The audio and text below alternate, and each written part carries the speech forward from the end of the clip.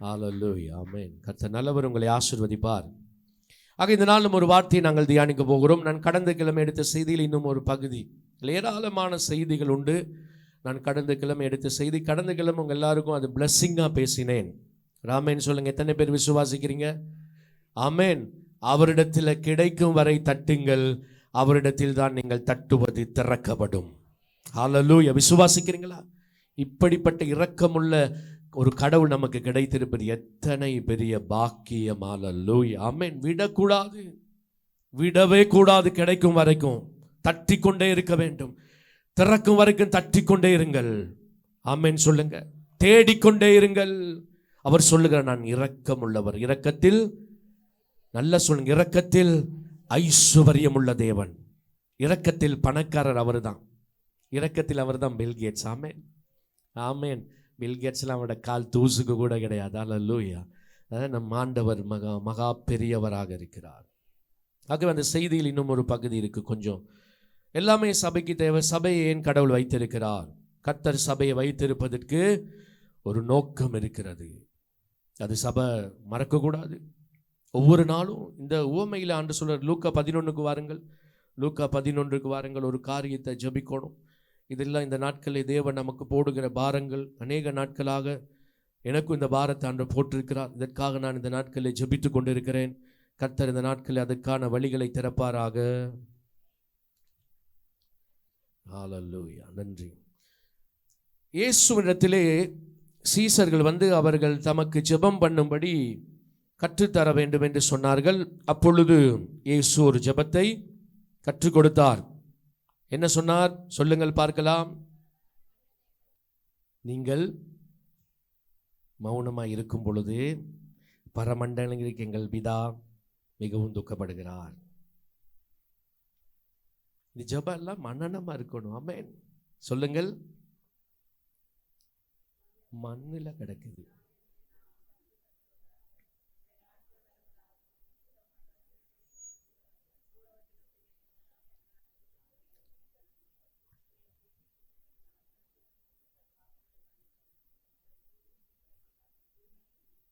ரட்சித்துக் கொள்ளும். ஆமென், ரைட். நல்ல கவனிங்கள். அதை சொல்லிவிட்டு தேவன் ஒரு காரியம் சொல்லுகிறார். பூலோகத்திலே ஜபிக்கிற ஒரு ஜபத்தை தேவன் கற்றுக் கொடுத்து விட்டு, போன கிழமை ஒரு காரியம் பார்த்தோம். அவரிடத்தில் ஏன் கேட்க வேண்டும்? நடுஜாமத்தில் ஒரு நண்பன் ஒரு வீட்டுக்கு வருகிறான். அந்த நண்பனிடத்திலே அந்த இரவிலே கொடுப்பதற்கு சாப்பாடு இல்லை. ஆகவே அவன் இன்னும் ஒரு நண்பன் வீட்டிலே சென்று என்ன செய்தான்? கதவை தட்டினான். தட்டும் பொழுது அந்த நண்பன் என்ன செய்தான்? ஹலோ, என்ன சொன்னான்? உடனே தூக்கி கொடுத்தானா? இல்லை இல்லை, என் பிள்ளைகள் எல்லாம் தூங்கிட்டு இருக்கிறாங்க, நான் சாப்பிட்டு சட்டியெல்லாம் கழுவிட்டு நானும் தூங்குறேன், டிஸ்டர்ப் பண்ணாம போப்பா, அப்படி சொல்லிட்டானா? ஹலோ, நண்பன் நண்பனுக்கு உதவி செய்யவில்லை.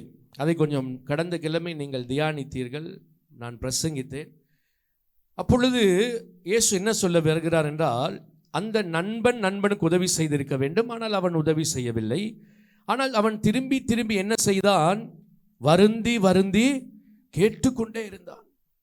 அவனுக்கு வருத்தம் வரல. ஐயோ, நண்பன் என்னை புறக்கணித்து விட்டானே, இத்தனை வருஷம் பழகின நண்பன் எனக்கு பதில் கொடுக்கவில்லை என்று அவன் வருத்தம் அடையாமல், வேதம் அழகாய் சொல்லுகிறது, வருந்தி கேட்டானாம். அதுவரை நல்ல கவனிங்களேன். கேட்கும் பொழுது அவன் எழுந்தருளி இல்லை என்று சொன்னது போல, அவன் வருந்தி கேட்கும் பொழுது அவன் எழுந்தருளி அவனுக்கு கொடுப்பான் என்று கர்த்தர் சொல்லுகிறார். அப்ப கர்த்தர் என்ன சொல்லுகிறார்? நீங்கள் என்னிடத்தில் கேட்கிறவர்கள், தட்டுகிறவர்கள், தேடுகிறவர்களே, ஜெபிக்கிறவர்களே, நீங்கள் வருந்தி கேட்டால் தான் கொடுப்பேன் என்று கர்த்தர் சொல்ல வரவில்லை. அவர் சொல்லுகிறார், ஒரு மனிதனிடத்தில் அவன் நண்பன் போய் கேட்டும் அவன் கொடுக்கவில்லை என்று, நண்பனாய் இருந்த அந்த கல் நெஞ்சக்காரன் புறக்கணிக்கும் பொழுதும் அவன் திரும்பி திரும்பி திரும்பி தட்டும் பொழுது, அவன் வருந்தி கேட்கிறது நிமித்தமாவது அவன் எழுந்து கொடுப்பது போல. நான் அப்படி கிடையாது. அவர் என்ன சொல்ல வர விரும்புகிறார் என்றால், நான் அந்த வருந்தி கேட்ட அந்த நண்பனே அந்த நண்பனாயிருந்தவனுக்கு கொடுக்க முடியாது என்று சொன்னவன் கொடுத்தான். ஆனால் இரக்கமுள்ள நான் எந்த அளவுக்கு உங்களுக்கு பதில் செய்வேன். ஒரு ஆமென் சொல்லுங்க. கடவுள் பெற்றுக்கொள்ள முடியுமா முடியாதா? முடியுமா முடியாதா? சில பேருக்கு முடியாத மாதிரி இருக்கு பாருங்க. ஆமென். அவர் உங்களை புறக்கணிப்பதில்லை. ஆமென். நிச்சயமாய் கர்த்தர் உங்களுக்கு என்ன செய்வார்? பதில் செய்வார். உங்கள் ஜெபங்களுக்கு அவர் என்ன செய்வார்? உங்கள் வேண்டுதலுக்கு கண்டிப்பா பதில் இருக்குது. ஜெபத்தை விட்டுறாதீங்கன்னு ஆண்டவர் சொல்றார். தட்டுறதை விடாதீங்க, தேடுகிறதை விடாதிருங்கள், மன வருத்தத்தில் விடாதீங்க. ஒருக்கா 2 தடவை கேட்டு நடக்கல, இல்லை வருத்தம் வரக்கூடாது. கடவுளிடத்தில் ஏன் வருத்தம் வரக்கூடாது? மனுஷனிடத்தில் கேட்கிறவனே வருத்தம் வராமல் வருந்தி கேட்டால் நமக்கு தாராளமாய் ஏராளமாய் கொடுக்க இரக்கமுள்ளவிடத்திலே நம்ம எந்த அளவுக்கு கேட்க முடியும்? ஒரு ஆமென் சொல்லுங்க. இதுதான் கடந்த கிழமை செய்தியின் சுருக்கம். இன்று நான் உங்களுக்கு சொல்ல விரும்புகிற காரியம், வாசியுங்கள் 6ஆம் வசனம் 11ஆம் அதிகாரம், லூக்கா 11ஆம் அதிகாரம் 6ஆம் வசனத்தை வாசிக்கும் பொழுது, என் சிநேகிதன் ஒருவன் வழி பிரயாணமாய் என்னிடத்தில் வந்திருக்கிறான். அவன் முன் வைக்கிறதற்கு என்னிடத்தில் ஒன்றுமில்லை. நீ 3 அப்பங்களை எனக்கு கடனாக தர வேண்டும் என்று கேட்டுக்கொண்டான். ரைட், கவனிங்கள். 5ஆம் வசனத்திலே சொல்லுகிறார், பின்னும் அவர் அவர்களை நோக்கி, உங்களில் ஒருவன் தனக்கு சிநேகிதன் இடத்திலிடத்தில் பாதி ராத்திரி, சொல்லுங்கள் என்ன ராத்திரி? பாதி ராத்திரியில் வந்து, இந்த டைம் ரொம்ப முக்கியம், இந்த நேரம் முக்கியம். இந்த நேரத்தை இணைப்பதற்கு இன்னொரு நாள் நான் உங்களோடு பேச விரும்புகிறேன். இதெல்லாம் ரொம்ப முக்கியமான காரியம். பாதி ராத்திரியிலே சென்று தனக்காக அல்ல, அவன் யாருக்காக கதவை தட்டினான்? தன் நண்பனின் தேவைக்காக, ஒரு சகோதரனுடைய தேவைக்காக அவன் தட்டினான். அப்ப கர்த்தர் இங்கே என்ன சொல்ல வருகிறார்? சுருக்கமாய் சொல்வதானால், கடவுளிடத்திலிருந்து பெற்றுக்கொள்ளுகிறவர்களே, அவருடைய இரக்கத்தை தெரிந்தவர்களே, அந்த ஜெபத்தை கற்றுக் கொடுக்கும் பொழுது சொல்லுகிறார், நீங்கள் என்னிடத்தில் எப்படி ஜெபிக்க வேண்டும், நான் எப்படிப்பட்டவர் என்று நீங்கள் அறிந்து ஜெபிக்க வேண்டும் என்று கற்றுக் கொடுத்து சொல்லுகிறார். உங்களுக்கு கேட்கிறது கொடுக்கப்படும். ஒரு ஆமென் சொல்லுங்கள். தட்டுவது உங்களுக்கு திறக்கப்படும், கேட்பது கொடுக்கப்படும். ஆனால் ஜெபம் என்பதிலே இன்னும் ஒரு வழி இருக்கிறது. நீங்கள் விரும்பி கேட்பதும் இருக்கிறது, அதே வண்ணமாய் நான் விரும்புவதும் ஜெபத்தில் இருக்கிறது. நல்ல ஒரு ஆமென் சொல்லுங்க. ஜெபத்தில் நீங்கள் விரும்புவதை கர்த்தர் கொடுக்கிறார். ஒரு ஆமென் சொல்லுங்கள். ஆனால் ஜெபிக்கிறவர்களே, அவருடைய இரக்கத்தை நம்புகிறவர்களே, அவரிடத்திலே பெற்றுக் கொள்ளுகிறவர்களே, கர்த்தர் சொல்லுகிறார், எனக்கும் உங்களுடைய ஜெபத்தில் ஒரு தேவை இருக்கிறது. என் மகனே, என் மகளே, சபையே, சபையின் ஜெபத்திலே கர்த்தர் ஒரு காரியத்தை எதிர்பார்க்கிறார். ஆமென் சொல்லுங்கள். விரும்புவது மாத்திரம் அல்ல. கடவுள் என்ன சொல்ல வராரு? ஜெபிக்க வர்ற நேரம் உன்னுடைய விருப்பத்தை மனதில் வைத்து நீ என்னை தேடுகிறாய், என்னிடத்தில் தட்டுகிறாய், நான் உனக்கு நிச்சயமாய் திறப்பேன், நீ தேடுவதை நிச்சயமாய் நான் தருவேன். ஆனாலும் ஒரு காரியம் இருக்கிறது. நீ அப்படி வரும் பொழுது இந்த ஜெபத்தை கற்றுக் கொடுக்கிற, இந்த ஜெபத்துக்கு பதில் கொடுக்கிற கடவுளாகிய நான் சொல்லுகிறேன், அந்த ஜெபத்திலே அந்த இரக்கமுள்ள கடவுளை நம்புவாயானால், அந்த இரக்கமுள்ள கடவுள், இந்த ஜெபத்தை கொடுத்த கடவுள் சொல்லுகிறார், எனக்கு இந்த ஜெபத்திலே ஒரு நோக்கம் இருக்கிறது, ஒரு விருப்பம் இருக்குது. ஆமென் சொல்லுங்க. அது என்ன விருப்பம் தெரியுமா? பாதி ராத்திரியில நீங்க போய் எதுக்கு தட்டுவீங்க? ஒரு மனுஷன் பாதி ராத்திரியில எந்த தேவைக்கு தட்டுவான்? ஹலோ சொல்லுங்களேன். அவசர தேவை. இன்னைக்கு ஆண்டவர் என்ன சொல்லுகிறார் என்றால், கவனிங்களேன், இந்த மனுக்குலத்தின் இன்னொரு இந்த நானும் நீங்கள் வாழுகிற இந்த சமுதாயத்திலே நம்மை சூழ்ந்திருக்கிற இந்த சகோதரர்களுக்கு ஒரு அவசர தேவை இருக்குது. கொஞ்சம் யோசிங்களேன். தான் வருத்தப்படாம இன்னொருவனுக்காக தட்டுற மனசு கடவுள் இரக்கமுள்ளவராய் இருக்கிறது போல, அவனுக்கு கடவுள் இறங்குவார் என்பதை அறிந்திருக்கிறது போல, அவன் மற்றவனுக்காக இறங்குற மனசும் அவனுக்கு இருந்தது. ஜெபம் ரொம்ப முக்கியம். இயேசு கற்றுக் கொடுக்கிற ஜெபம்.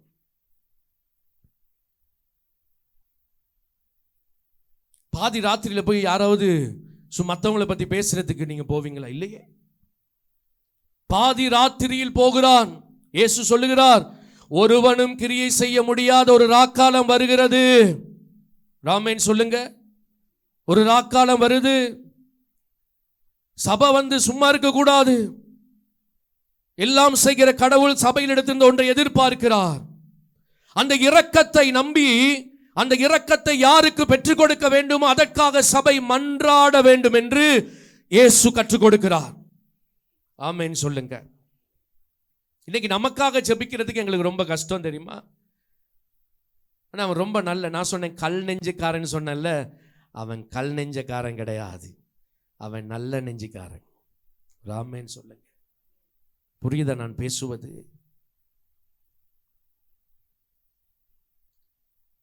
பாதி ராத்திரியில் ஒரு வீட்டுக்கு போய் சூடு சொரண மானம் ஈனம் வேற என்ன இருக்கு சொல்லுங்களேன். நான் யாரு? சும்மாவா? எனக்காக போய் தட்டுறதுக்கு நான் வெட்கப்படுவேன் தெரியுமா? ஆனா இன்னொருவனுக்காக அவன் புறக்கணிக்கும் பொழுதும் அந்த இருதயம் எப்படிப்பட்ட மனசு தெரியுமா? அப்ப கடவுள் ஜெபத்தை கற்றுக் கொடுக்க நேரம் சொல்றாரு, உனக்கு நான் தருவேன், நீ விரும்பினதை தருவேன். ஆனால் அது மட்டுமல்ல, விரும்பினதை கேட்கிறவர்களே, உங்க ஜெபத்தில் எனக்கு ஒரு விருப்பம் இருக்குது, அந்த விருப்பத்தை கொண்டுதான் நான் ஒன்றை செய்ய என்னுடைய திட்டத்திலே சித்தத்திலே ஒரு காரியத்தை நான் வைத்திருக்கிறேன். ஒரு அவசிய தேவை இருக்கு இன்னைக்கு. ஒரு ஆமென் சொல்லுங்க. சொல்லுங்க என்ன தேவை சொல்லுங்க பார்க்க. ஹலோ, அவசிய தேவை இருக்கு இந்த மனு குலத்திற்கு. சர்ச் இயேசுவுக்கு சகோதரன், நண்பன், சிநேகிதன். சிநேகிதனே, சிநேகிதனே. இயேசு சிநேகிதன் சொன்னாரா? சொன்னாரா? எந்த புத்தகத்தில் சொன்னாரு? சொன்னாரு. சிநேகிதனே.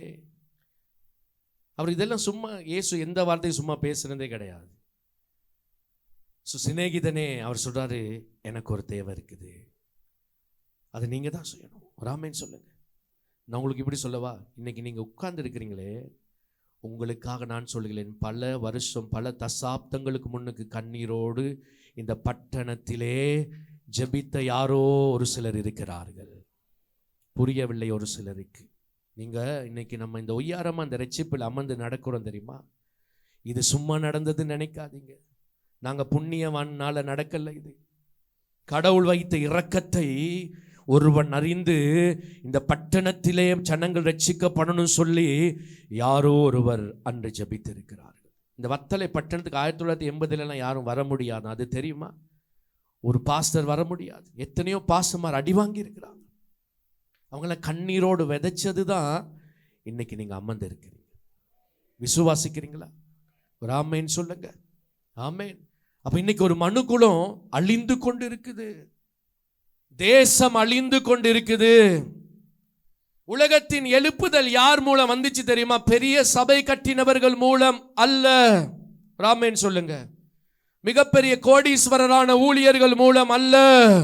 தன் முழங்கால்கள் தரையில் பட தன் இருதயத்திலே வேதனையோடு கண்ணீரோடு ஜெபித்தவர்கள் மூலம்தான் இந்த உலகத்திலே இன்று வரை ஜனங்கள் ரட்சிக்கப்பட்டு தேவன் அந்த கண்ணீரை, அந்த மனதுருக்கத்தை கர்த்தர் அந்த அவருடைய இரக்கத்தோடு இணைத்து இன்று வரை ஜனங்களை அவர் காப்பாற்றி கொண்டிருக்கிறார். ஆமென். ஒரு பாட்டு இருக்கு, படிங்க. நீங்க இருங்க, அது தெரியுமா தெரியாது. ஸ்தோத்திரம், நன்றி ஆண்டவரே. வாசிங்கள். ஒரு ஆதியாகமம் 18க்கு வாருங்கள். ஆதியாகமம் 18ஆம் அதிகாரம் 20ஆம் வசனம். ஆதியாகமம் 18ஆம் அதிகாரம் 20ஆம் வசனம் வாசிக்கும் பொழுது,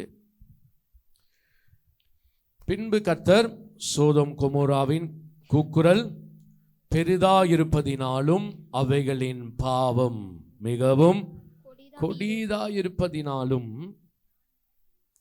நான் இறங்கி போய் என்னிடத்தில் வந்து எட்டின அதின் கூக்குரலின் படியே அவர்கள் செய்திருக்கிறார்களோ இல்லையோ என்று பார்த்து அறிவேன் என்றார். ரைட், கவனிங்க. இப்ப கர்த்தர் வந்து பூமிக்கு இறங்கி வருகிறார்.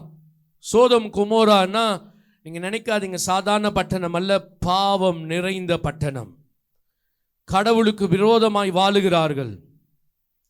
அங்கே ஆபிரகாம் இடத்திலே வந்து ஆண்டவர் பேசிவிட்டு அந்த சோதோம் கொமோராவை விசாரிக்க போகிறார், அழிக்க போறாரு.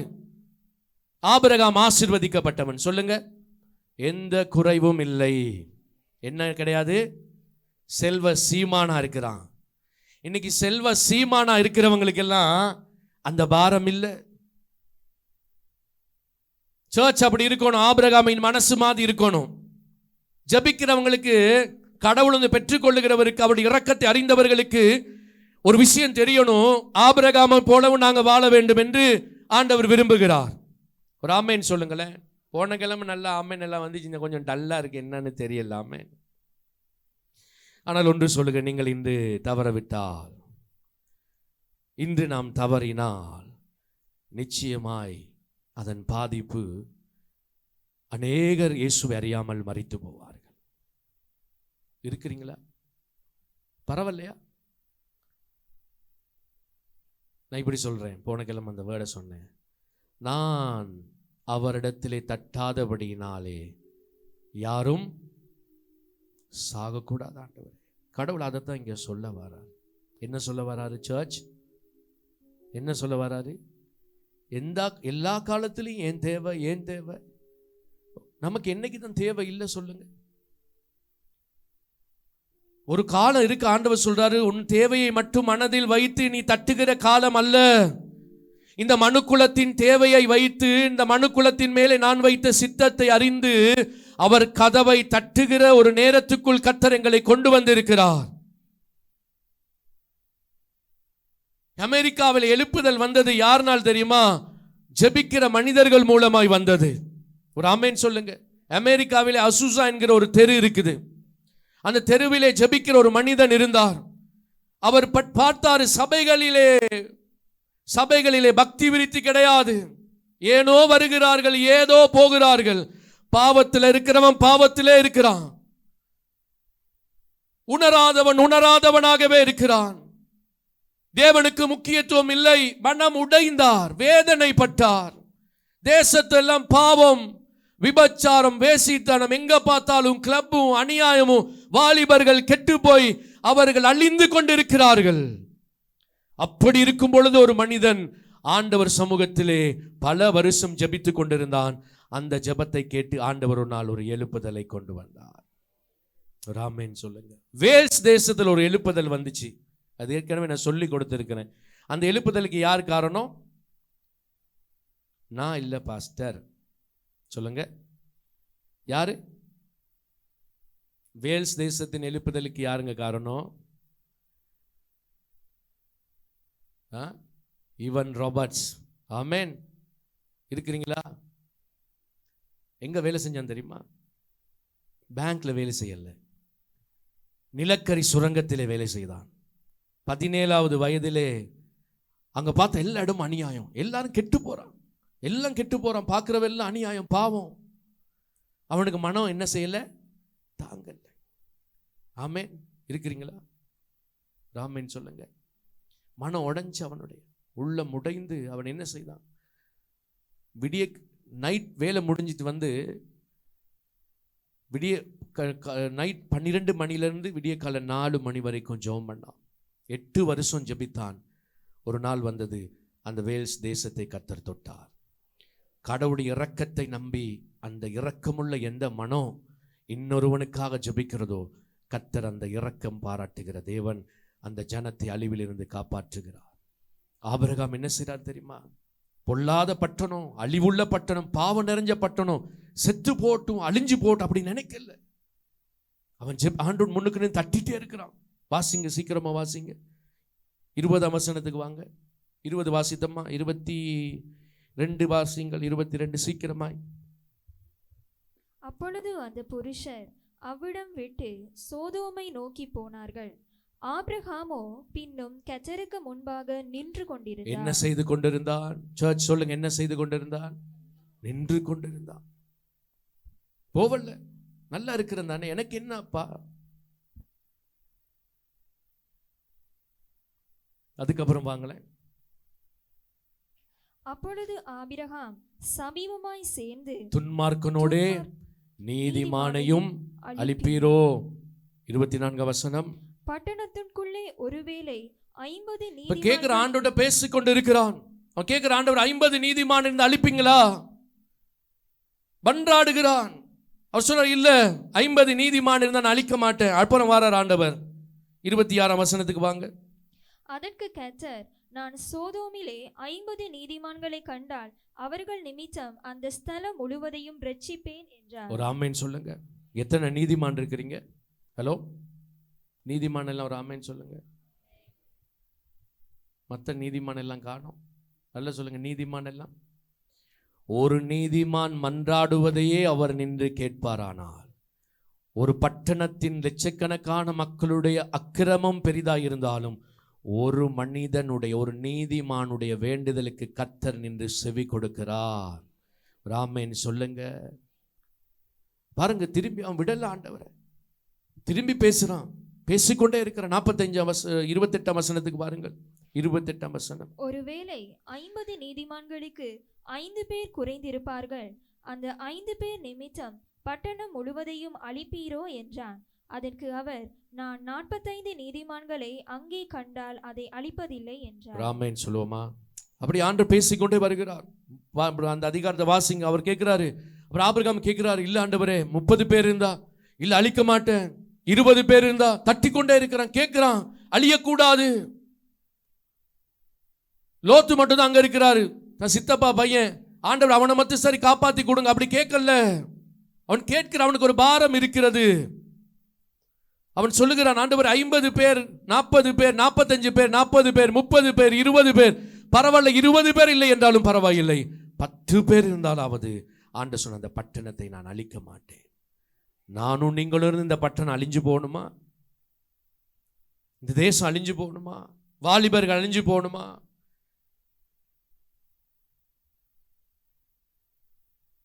சபையில பக்தி விருத்தி இல்லாம இருக்கணுமா? இதெல்லாம் யார் இனம் கண்டு ஜபிக்கணும்னு ஆண்டவர் விரும்புறாருன்னா நானும் நீங்களும் தான் இனம் கண்டு ஜபிக்கணும். நீங்கள் தவற விடக்கூடாது.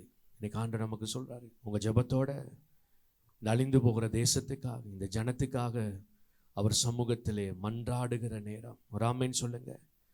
அவன் அந்த ராத்திரி போய் தட்டும் பொழுது அவன் எழுந்தருளினது போல ஆண்டவர் சொல்றாரு, நீங்கள் தட்டினால் இந்த தேசத்துக்காக நான் எழுந்தருளுவேன். அழிகிற யாரோ ஒரு வாலிபனை நான் ரட்சிக்க போகிறேன். ராமேன் சொல்லுங்க. அழிகிறது வெளியே மட்டும் இல்லை, சபையில அழிஞ்சிட்டு தான் இருக்கு ரொம்ப பேர். எல்லாம் கெடுதல், கேடு, அநியாயம், பாவம், இச்சை. கடவுள் சொல்றாரு, இது அந்த காலம் இல்லை, உன் விருப்பத்தை தட்டுற காலம் இல்லை. தன் நிலைமை உணராம இதே தட்டுற காலமா? தன் பிள்ளைகள் ரட்சிக்கப்படாது எவ்வளவு பேர் சபையில் இருக்கிறார். இன்னைக்கு ஆண்டவர் சொன்னாரு, கண்ணீரோடு அவர்களுக்காக ஆண்டவர் சமூகத்திலே காத்திருங்கள், ஆண்டு அவர்களை ரட்சிக்க போகிறார். ராமேன் சொல்லுங்க. கடைசி ஒரு வசன வாசிங்க. யாத்திராகமம் 32:32. யாத்திரா 32:32 வசனம். தேவன் பாவத்தை மன்னித்தருளுவீரானால் மன்னித்தருளும், இல்லாவிட்டால் நீர் எழுதின உம்முடைய புஸ்தகத்தில் இருந்து என் பேரை கிறுக்கி போடும் என்றார். ஹல்லேலூயா. ஹல்லேலூயா சொல்லுங்க. ஆமென். எத்தனை பேருக்கு இன்னைக்கு இந்த உலகத்துல சூழ்நிலை புரியுது? ஹலோ, கண்ணு முன்னுக்கு ஒரு நாய்க்குட்டி அழிஞ்சு போகல, ஒரு பூனைக்குட்டி அழிஞ்சு போகல. ஞாபகம் வைத்துக் கொள்ளுங்கள், உங்களை போல என்னை போல ஒரு ஆத்துமா அழிந்து கொண்டே இருக்கிறது. ஒரு சகோதரன் அழிந்து கொண்டே இருக்கிறான். நிமிஷத்துக்கு நிமிஷம் ஜனங்கள் கொத்து கொத்தாய் செத்து கொண்டிருக்கிற காலத்திலே தான் நானும் நீங்களும் வாழ்ந்து கொண்டிருக்கிறோம். இன்னைக்கும் என் தேவையை மட்டும் மனசில் வச்சு கடவுளை தேடுற காலம் இல்லை. ஒரு அவசர தேவை இருக்கு இன்னைக்கு இந்த சந்ததி, இந்த சபைக்காக. ஆண்டவர் சொல்லுகிறார், அந்த நேரத்திலே அவர் கதவை தட்டுங்கள், அப்பொழுது அவர் ரட்சிக்க வல்லவர். மோசே பாருங்க சொல்றான், இந்த ஜனங்கள் அழிப்பேன் சொல்றாரு, இது வணங்கா கழுத்துள்ளது. அவன் சொன்ன, இல்ல ஆண்டவரே, இவ்வளவு தூரம் கொண்டாந்தீங்க, நீங்க கைவிடக்கூடாது.